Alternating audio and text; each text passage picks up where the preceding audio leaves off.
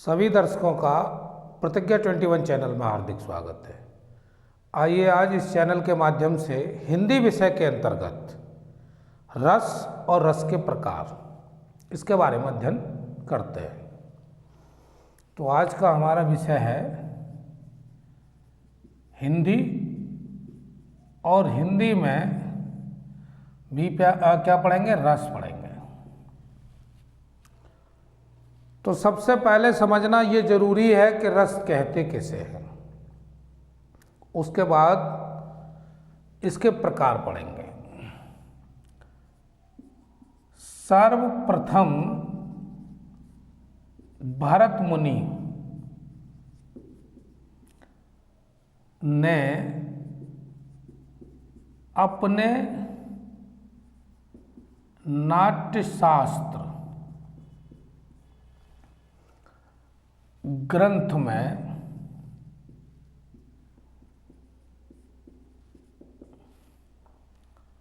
रस के स्वरूप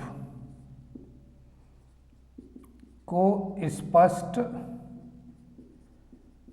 किया था। रस को समझने से पहले ये भी समझें कि रस के बारे में सबसे पहले कौन कह रहा है? भरत मुनि। और भरत मुनि ने अपना जो ग्रंथ लिखा था उसका नाम था नाट्यशास्त्र। तो नाट्यशास्त्र में सबसे पहले रस के बारे में वर्णन है। और क्या वर्णन है? रस की निष्पत्ति, रस की निष्पत्ति के संबंध में उन्होंने लिखा है कि विभाव, अनुभाव तथा संचारी भाव, कौन कौन से? विभाव, अनुभाव और संचारी भाव के संयोग से रस की निष्पत्ति होती है। तो यहाँ पर सबसे पहले रस के बारे में कौन जानकारी दे रहे हैं? भरत मुनि दे रहे हैं। किस में दे रहे हैं? नाट्यशास्त्र अपने ग्रंथ में। कहते क्या है? रस की निष्पत्ति के संबंध में उन्होंने लिखा है कि विभाव, अनुभाव, संचारी भाव के संयोग से रस की निष्पत्ति होती है। अब ये बात तो समझ में आ गई कि भाई रस की निष्पत्ति हो रही है, वो किनसे हो रही है? विभाव, अनुभाव और संचारी भाव के संयोग से। तो ज़रूरी है कि हमको अब यह भी समझना है, तभी तो समझ में आएंगे विभाव, अनुभाव और संचारी भाव। रसों का आधार, रसों का आधार क्या है? भाव। भाव क्या होता है? मनोविकार, मन में आने वाले जो विचार हैं। भाव मन के विकारों को कहते हैं। ये दो प्रकार के होते हैं। पहला स्थायी भाव और दूसरा संचारी भाव। रसों का आधार क्या है? भाव, और भाव मन के विकारों को कहते हैं। और ये दो प्रकार के होते हैं, स्थायी भाव और संचारी भाव। तो यहाँ तक जो आपने समझा या जो देख रहे हैं वो क्या देख रहे हैं कि भरत मुनि ने नाट्यशास्त्र में पहली बार वर्णन किया। दूसरा, विभाव, अनुभाव और संचारी भाव के सहयोग से ही रस की निष्पत्ति होती है। और रसों का जो आधार है वो है भाव। किस भाव से कोई बात किसी के सामने कही गई है। और ये भाव जो होते हैं वो दो प्रकार के होते हैं, एक तो स्थायी भाव होते हैं और दूसरे संचारी भाव होते हैं। अब इनको भी अध्ययन करते हैं, क्रम से देखते हैं।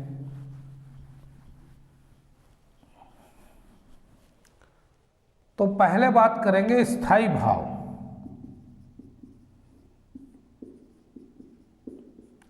स्थायी भाव किसे कहते हैं? स्थायी भाव प्रत्येक व्यक्ति के हृदय में हमेशा विद्यमान रहते हैं और यद्यपि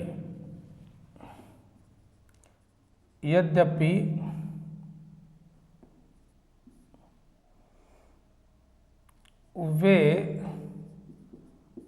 सुप्त अवस्था का मतलब सोई हुई अवस्था में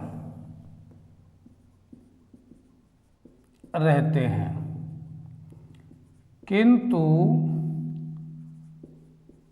उचित या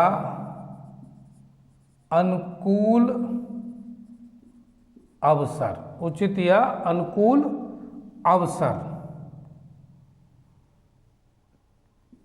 पर जागृत होकर रस के रूप में परिणित होते हैं। तो यहां हमने स्थायी भाव को समझा। स्थायी भाव किसे कहेंगे? स्थायी भाव प्रत्येक व्यक्ति के हृदय में हमेशा विद्यमान रहते हैं, यद्यपि वे सुप्त अवस्था में रहते हैं, किंतु उचित या अनुकूल अवसर पर जागृत होकर रस के रूप में परिणित होते हैं। ये तो रहा स्थायी भाव का मतलब। अब स्थायी भाव कितने होते हैं? स्थायी भाव प्रारंभ में 9 और बाद में और जो आचार्यों ने जोड़े हैं वो 2 और हैं, तो इस तरह से 11 की चर्चा हम करेंगे अभी। तो रति पहला स्थायी भाव है। इसमें क्या होता है? स्त्री पुरुष की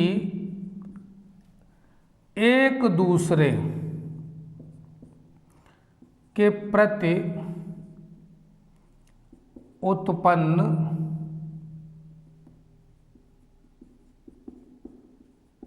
प्रेम नामक चित्तवृत्ति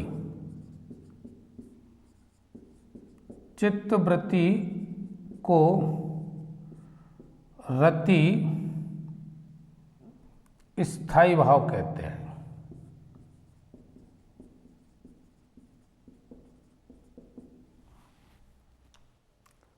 स्थायी भाव में हमने पहले समझा स्थायी भाव किसे कहते हैं। उसके बाद चर्चा हो रही है स्थायी भाव पहला रति, स्त्री पुरुष के एक दूसरे के प्रति उत्पन्न प्रेम नामक चित्तवृत्ति को रति स्थायी भाव कहते हैं। और ये जो रस है वो कौन सा रस है? श्रृंगार, यानी श्रृंगार रस का जो स्थायी भाव है वो क्या है? रति। तो हमने पहले समझा रति को, रति किसे कहेंगे और कौन से रस का? श्रृंगार रस का। तो जहाँ स्त्री और पुरुष के प्रेम नामक चित्त वृत्ति को दर्शाया जा रहा हो जिस भी लाइन में, तो वहाँ ये समझ जाओ कि वो श्रृंगार रस है और स्थायी भाव रति है। अब आता है दूसरे नंबर पर हास। ये क्या होता है? रूप, वाणी एवं अंगों, रूप, वाणी एवं अंगों के विकारों को देखने से चित्त का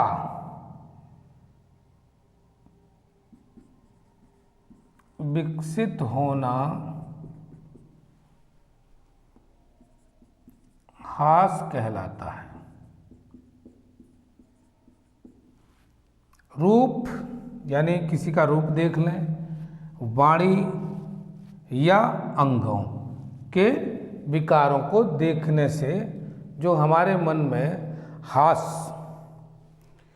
की स्थिति पैदा होती है तो वो क्या है, हास है। और ये कौन सा रस है, हास्य रस।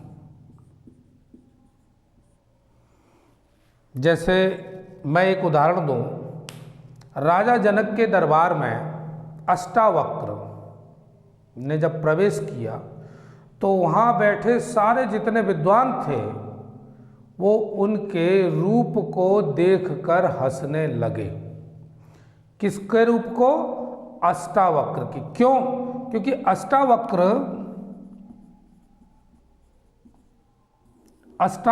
8 जगह से टेढ़े मेढ़े थे, 8 अंगों से। तो 8 अंगों से टेढ़े मेढ़े होने की वजह से उनकी जो चाल ढाल थी वो बेढंगी थी, सामान्य मनुष्य की तरह नहीं थी। तो इसको देखकर वो हंसने लगे। कौन, जो राजा जनक के दरबार में प्रकांड विद्वान बैठे हुए थे। विद्वानों की एक सभा थी। तो अष्टावक्र ने जब ये देखा कि ये लोग मेरे शरीर को देखकर हंस रहे हैं, तो अष्टावक्र भी उन्हें देखकर हंसने लगे। अष्टावक्र भी हंसने लगे। तो राजा जनक को बड़ा आश्चर्य हुआ। उन्होंने कहा, अच्छा ये जो विद्वान लोग हैं तुम्हें देखकर हंस रहे हैं, ये बात तो समझ में आती है शरीर को देखकर, लेकिन भाई तुम क्यों हंस रहे हो? राजा जनक बोले अष्टावक्र से, भाई तुम क्यों हंस रहे हो? उन्होंने कही, इस विद्वानों, जिसको तथाकथित आपने विद्वान कहा, ये विद्वानों की सभा है और इसमें बहुत ही गूढ़ रहस्यों पर विचार होता है ना, चर्चा पर चर्चा होती है। और वहाँ आपने ऐसे मूर्ख लोगों को बैठा रखा है जो मेरी देह को देख रहे हैं और मेरे अंदर बैठे जो स्वरूप है, जो ज्ञानवान स्वरूप है, उसको नहीं देख पा रहे। तो इसलिए मुझे भी हंसी आ रही है इनको देखकर। तो वहाँ पर यानी रूप और अंगों के विकारों को देखने से चित्त में जो हंसी आ रही है, जो हास्य उत्पन्न हो रहा है, वो क्या हुआ, हास। और कौन सा है ये रस, हास्य रस है।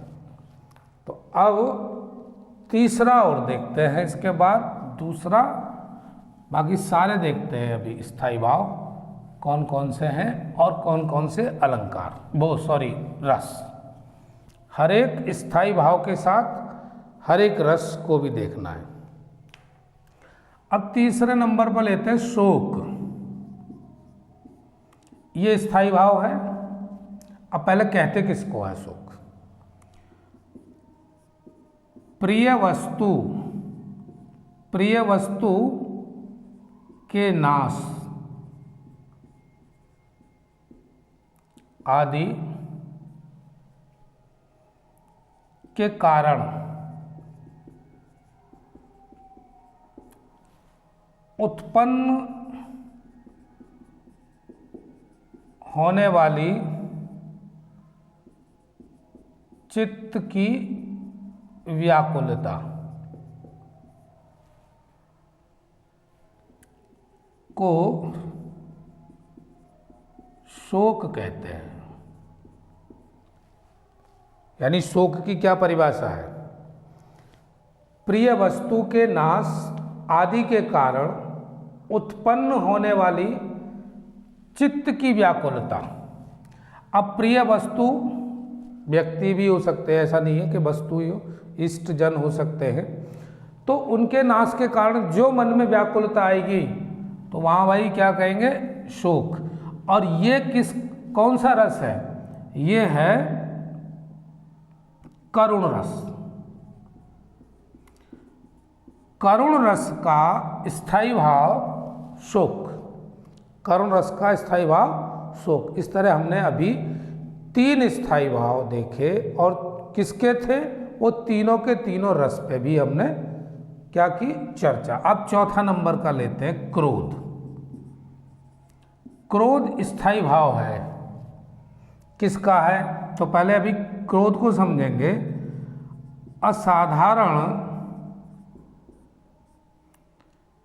असाधारण अपराध,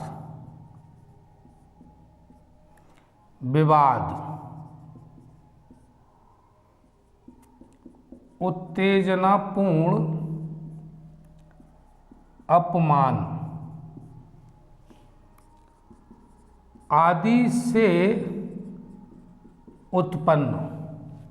आदि से उत्पन्न विकार क्रोध कहलाता है। क्रोध किसे कहेंगे? असाधारण अपराध, विवाद, उत्तेजनापूर्ण अपमान से जो उत्पन्न विकार होगा उसे क्या कहेंगे भाई? क्रोध कहेंगे। और ये जो क्रोध है ये किसका स्थायी भाव है? रौद्र। रौद्र रस का स्थायी भाव है। तो क्रोध भी समझ में आया। क्रोध स्थायी भाव रौद्र रस का और शोक करुण रस का। 5वें नंबर का लेते हैं, उत्साह। उत्साह किसे कहेंगे? मन की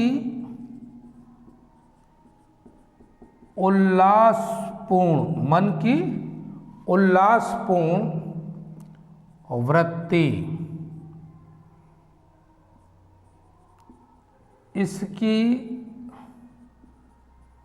अभिव्यक्ति शक्ति, शौर्य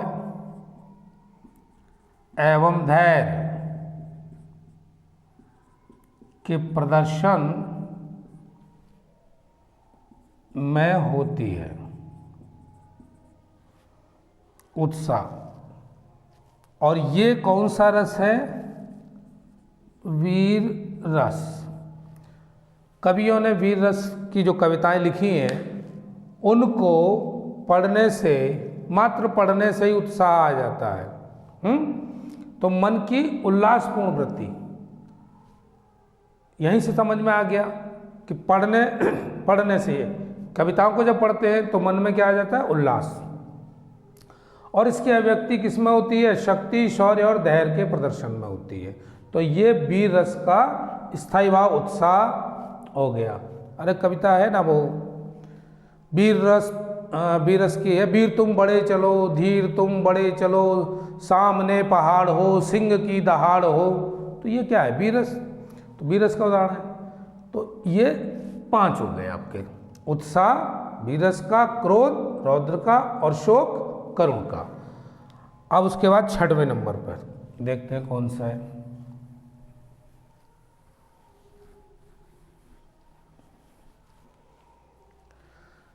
छठवें नंबर पर है स्थायी भाव विस्मय, जिसको हम आश्चर्य भी कह सकते हैं। विस्मय या आश्चर्य। इसमें क्या है? अलौकिक वस्तु को देखने, सुनने या स्मरण करने से उत्पन्न मनोविकार आश्चर्य कहलाता है।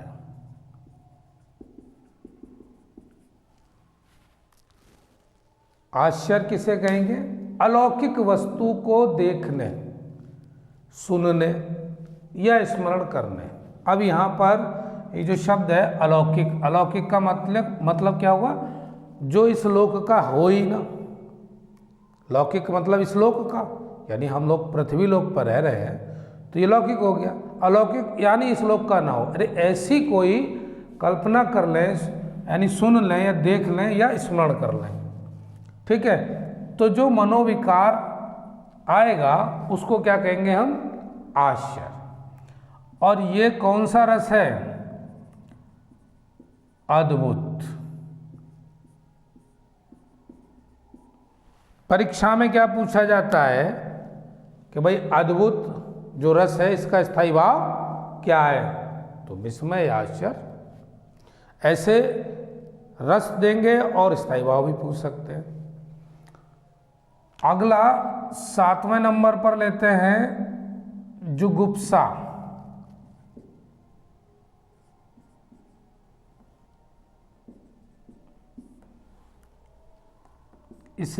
इसका मतलब क्या है?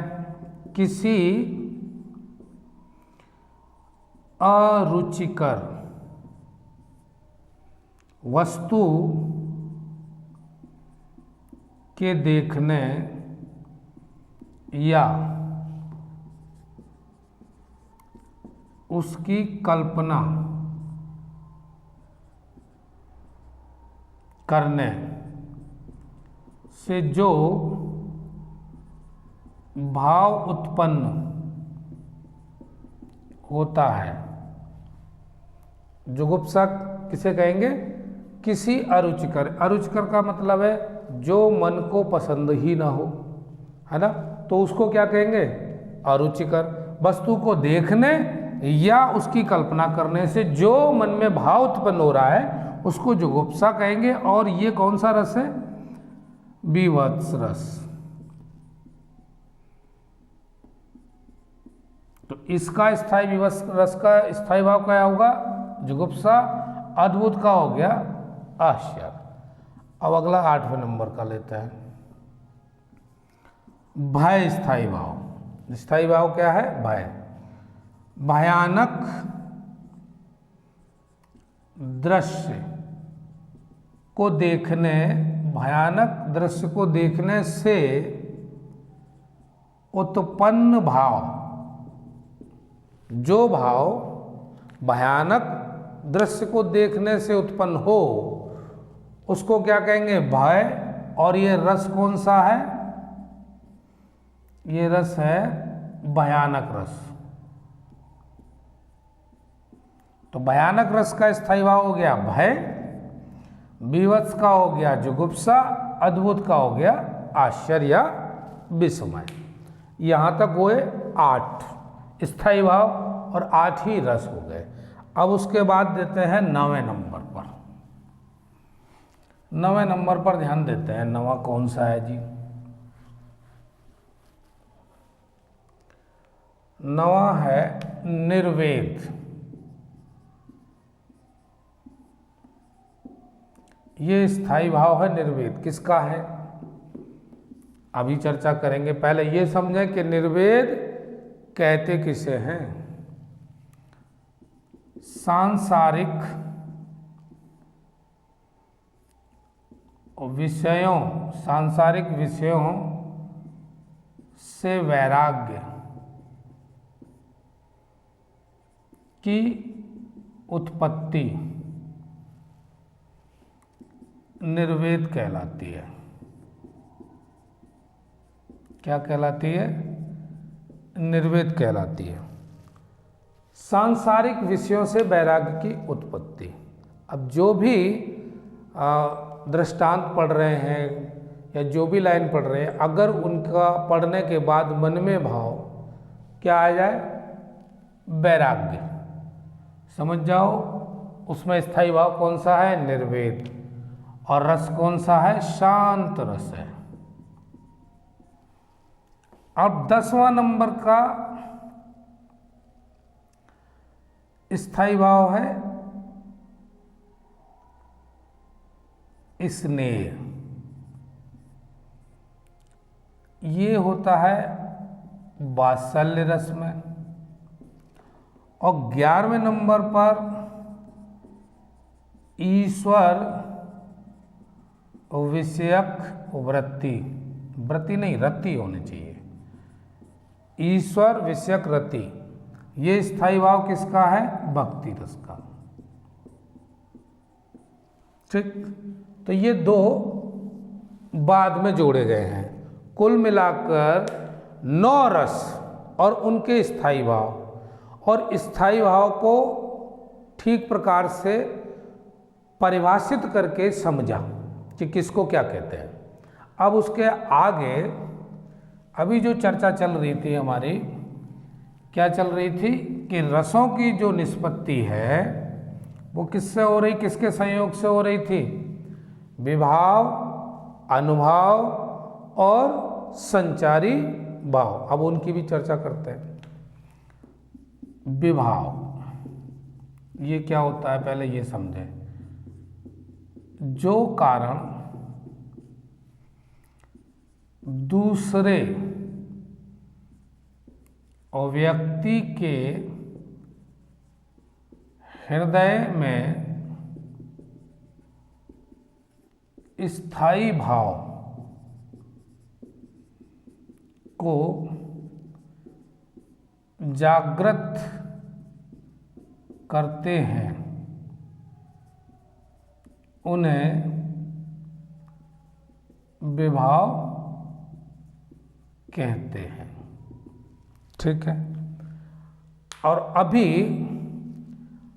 आपने समझा था स्थायी भाव, तो इस लाइन में क्या लिखा है? जो कारण, यानी वो कारण दूसरे व्यक्ति के हृदय में स्थायी भाव को जागृत करते हैं। अब स्थायी भाव एक साथ तो नहीं आ रहे ना। जैसे मान लीजिए मन में आया स्थायी भाव कौन सा? आश्चर्य। किसी ने कोई वर्णन किया, सामने वाले के मन में विचार आया और उसके मन में एक भाव उत्पन्न हुआ स्थायी का, वो कौन सा? आश्चर्य। तो जो कारण दूसरे व्यक्ति के हृदय में स्थायी भाव को जागृत करते हैं, यानी जिन कारणों से उसके मन में ये जो स्थायी भाव आया, ठीक है ना, कौन सा वाला? आश्चर्य वाला। कोई घटना का वर्णन किया या किसी वस्तु का किया या किसी दृश्य का किया, जो भी रहा हो, तो ये जो स्थायी भाव आया उसके मन में आया, जागृत हुआ, तो इसको क्या कहेंगे? विभाव कहेंगे। कारण क्या? जो कारण, मतलब जो भी कारण रहा हो, यानी जिस कारण से दूसरे व्यक्ति के हृदय में, जिस कारण से दूसरे व्यक्ति के हृदय में स्थायी भाव जागृत करते हैं, ठीक है ना, जिसके कारण से दूसरे के हृदय में स्थायी भाव पैदा हो जाए, तो भाई उसे कहेंगे विभाव। अगला है जो विभाव है वो दो प्रकार का है। एक तो है आलंबन विभाव और दूसरा है उद्दीपन विभाव। विभाव कितने हो गए? दो। एक तो हो गया आलंबन और एक हो गया उद्दीपन। अब जरा इनको भी ढंग से ही समझते हैं। ये विभाव, और फिर ये दिमाग में बैठ गए तो रस से संबंधित कोई भी प्रश्न आए परीक्षा में तो गलत ना हो। बस आलंबन विभाव, अब ये क्या है इसको भी समझते हैं। जिस व्यक्ति अथवा वस्तु के कारण, यानी व्यक्ति भी हो सकता है और वस्तु भी, यानी दोनों में से कोई एक, चाहे वो व्यक्ति हो चाहे वो वस्तु हो, यानी जिस व्यक्ति अथवा वस्तु के कारण कोई भाव जागृत होता है उसे व्यक्ति अथवा वस्तु को उस भाव का आलंबन विभाव कहते हैं। भाई देखो बिल्कुल सही है और इसको समझो, बहुत आसान है। जिस व्यक्ति अथवा वस्तु के कारण कोई भाव जागृत होता है, व्यक्ति के कारण हो जाए भाव जागृत या वस्तु के कारण जागृत हो जाए, उसे व्यक्ति अथवा वस्तु को उस भाव का आलंबन विभाव कहते हैं। उसी को कहेंगे, आलंबन का मतलब है सहारा, यानी जिसके कारण, जिस व्यक्ति या वस्तु के कारण भाव उत्पन्न हो रहा है, कोई भी भाव जागृत होता है, तो वो आलंबन विभाव कहलाता है। वो वस्तु या वो व्यक्ति, दोनों में से कोई एक हो सकता है जिसके कारण जो भाव उत्पन्न हुआ है। अब दूसरा दिया हुआ है इसका उद्दीपन, उद्दीपन विभाव।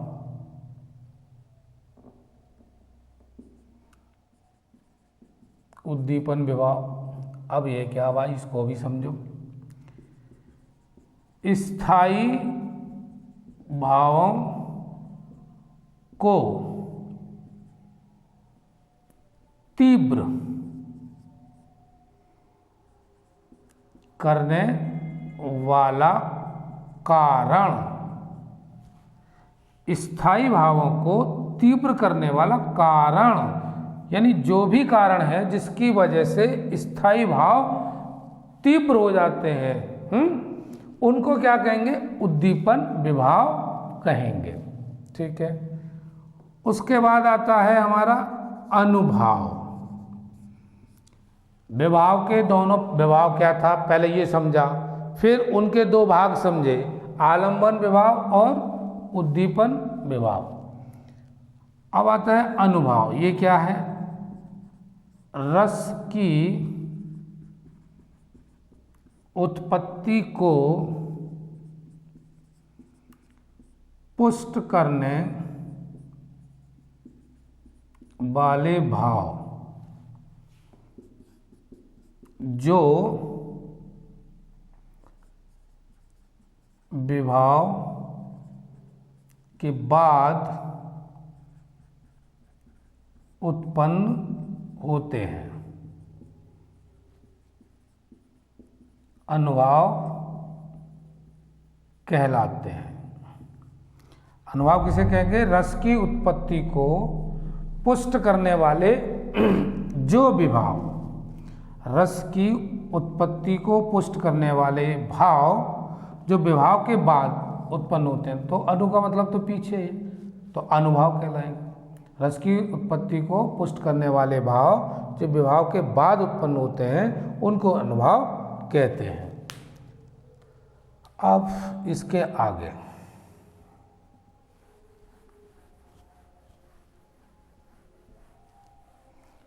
आप अपने बुक में बहुत सारे उदाहरण दिए हुए हैं रस के, चाहे वो श्रृंगार रस हो, चाहे वो अद्भुत रस हो, है ना, चाहे विवत्स हो। ये सारे उदाहरण पढ़ें, उनको समझें और फिर मेरे द्वारा जो बताया जा रहा है स्थायी भाव उसमें निकल के आएगा, फिर आपको क्लियर हो जाएगा कि ये रस कौन सा है। अब होता है भाई अगला पॉइंट हमारा संचारी भाव। अब संचारी भाव किसे कहेंगे, जो भाव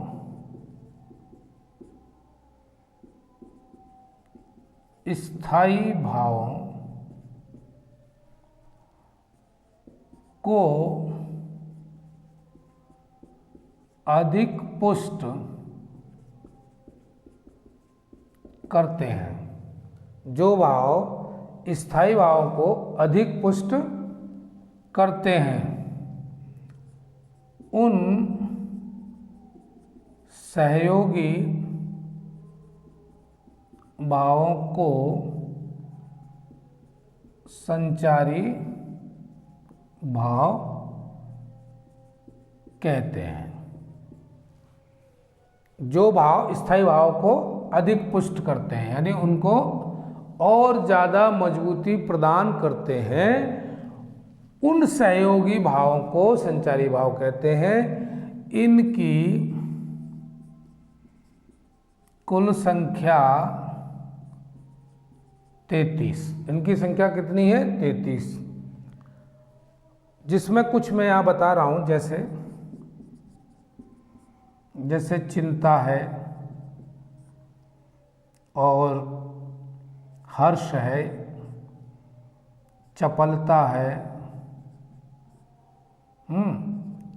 दैन्य है,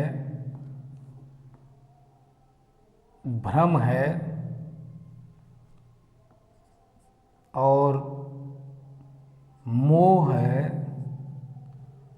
तो इस उग्रता है। ये कुछ उदाहरण दिए मैंने। ये टोटल 33 है।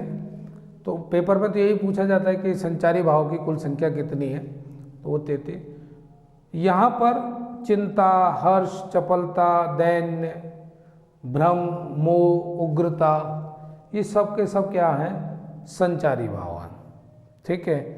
किसी को दीनहीन हालत में देखने पर हमारे मन में जो भाव आ रहा है दैन्य, ठीक है, वो दैन्य हो गया। हर्ष देखकर खुशी हो रही है, हर्ष हो गया। ये इस तरह से ये 33 संचारी भाव है। तो ये तो रही चर्चा हमारी रस की। अब एक चर्चा और है, चूंकि आज मन में आ गया है तो चलो उसको भी करते हैं। एक लाइन है, उसको पहले लिखते हैं फिर समझते हैं। विद्या ददाति विनयम,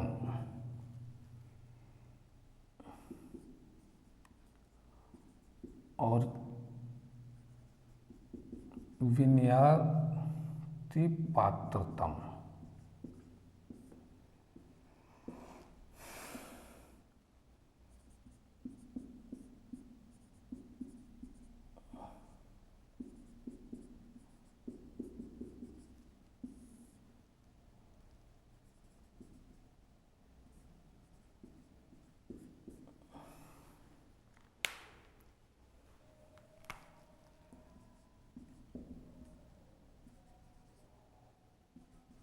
एक लाइन है जो हितोपदेश से ली गई है। विद्या ददात विनयम, विनया ददात पात्रतम। पढ़ते तो रोजाना ही है सिलेबस का, ये थोड़ा सिलेबस से बाहर है, लेकिन ये लाइन जीवन के लिए बहुत काम की है। वो क्या है कि विद्या क्या? विनय। अब इसका जो सही मायने में भावार्थ है वो ये है, विद्या विनय देती है। विद्या ददाति विनयम, किसका मतलब क्या है? विद्या क्या देती है? विनय। और विनय से पात्रता यानी योग्यता आती है, और योग्यता से धन आता है, और धन से धर्म होता है। इसके बाद सुख होता है। अब चूंकि ये लाइन हमारे जीवन में बहुत काम की है, परीक्षा की तैयारी कर ही रहे हैं, तो परीक्षा की तैयारी करने का उद्देश्य तो सुख ही है। क्या है? सुख। हमको अंत में चाहे जो भी मेहनत करनी पड़े, लेकिन उसका जो मूल तत्व है परीक्षा की तैयारी करना, उसके पीछे तो छिपा तो सुख ही है। अब मैं इस लाइन से ये बताना चाह रहा हूं कि सुख आया कहाँ से? विद्या विनय देती है, यानी पहले तो विद्या ग्रहण करो, ठीक। और विद्या ग्रहण जब हो गई तो विद्या से फिर हमें क्या मिलेगा? विनम्रता आ जाएगी हमारे जीवन में। और जब विनम्रता आ जाएगी तो फिर हमारे अंदर योग्यता आ जाएगी। तो सीधा सीधा संबंध क्या है, योग्यता, यानी यहाँ तक पहुँचने के लिए विद्या, विद्या से विनम्रता, और विनम्रता से फिर योग्यता, और योग्यता से फिर धन, योग्यता से धन आया, और धन से फिर धर्म। धर्म का पालन कौन कर सकता है, ये क्या लिखा हुआ है, योग्यता से धन आता है और धन से धर्म। तो धर्म का पालन करने के लिए क्या होना चाहिए, धन, और धन किससे आएगा, योग्यता से। ठीक है, और इसके बाद ही तो नंबर लगता है सुख का। तो हमारे जीवन में झांक के देखा जाए कि क्या वाकई हम जो अध्ययन कर रहे हैं, स्टडी कर रहे हैं, तो उसमें इस लाइन पर कहीं ठहरते भी हैं या नहीं। ये लाइन मेरे हाथों से लिखी गई है, लेकिन ये लिखी मैंने नहीं है, ये तो हितोपदेश की लाइन है, लेकिन इस लाइन का भाई बहुत ही गूढ़ रहस्य मतलब है, और जो हमारे जीवन में बहुत ही उपयोगी है। ठीक है ना, तो हम पढ़ें, इस तरह से अपना तैयारी करें, ज्ञानवान बने कि विनय हमारे अंदर आए, और आएगी तभी जब विद्या आएगी, फिर पात्रता आएगी आएगी, ये गारंटी है। यानी योग्यता, आप योग्य बनेंगे ही बनेंगे, और फिर उसके बाद धन आएगा ही आएगा, योग्य व्यक्ति के पास धन आएगा ही आएगा। फिर धन से धर्म, धर्माचरण, यानी अपने धर्म का पालन करें, और उसके बाद सुख आता। अब धर्म से क्या मतलब है, ये जो धर्म है ये भी बहुत ही अनेकार्थी, यानी इसके भी बहुत सारे अर्थ हैं, लेकिन ठीक से हर एक व्यक्ति का धर्म ये है कि वो जिस प्लेटफॉर्म पर खड़ा है और जहाँ खड़ा हुआ है वहाँ उसका जो कर्तव्य है, जो कर्तव्य निभा रहा है ना, वही उसका धर्म है। समझ रहे हैं ना, धर्म का क्या मतलब है, कोई व्यक्ति जहाँ पर खड़ा हुआ है, जिस स्थान पर खड़ा हुआ है, जिस परिस्थिति में खड़ा हुआ है, मान लीजिए कोई व्यक्ति सड़क पर चल रहा है और उसको कोई घायल व्यक्ति रास्ते में पड़ा मिला है, तो उसका यहाँ पर धर्म क्या है कि उसकी हेल्प करना। तो मतलब यहाँ यही है, धन से धर्म होता है और इसके बाद सुख आता, फिर सुख आएगा ही आएगा, और सबकी चाह सुख की है। सबकी चाह क्या है, सुख की, यानी 99% लोग क्या चाहते हैं, सुख चाहते हैं। तो सुख के लिए भाई ये लाइन जो है मैंने आज शेयर की, मैं अच्छी लगी लाइन, मैंने आपको शेयर की, जिससे आपको इससे कुछ तो मार्गदर्शन हो गई इस लाइन से। ये मेरा उद्देश्य रहा इसको बताने का। ठीक है भाई, आज की क्लास यहीं तक, मिलते हैं फिर किसी नए टॉपिक के साथ। तब तक के लिए यूँ ही जुड़े रहिए। धन्यवाद।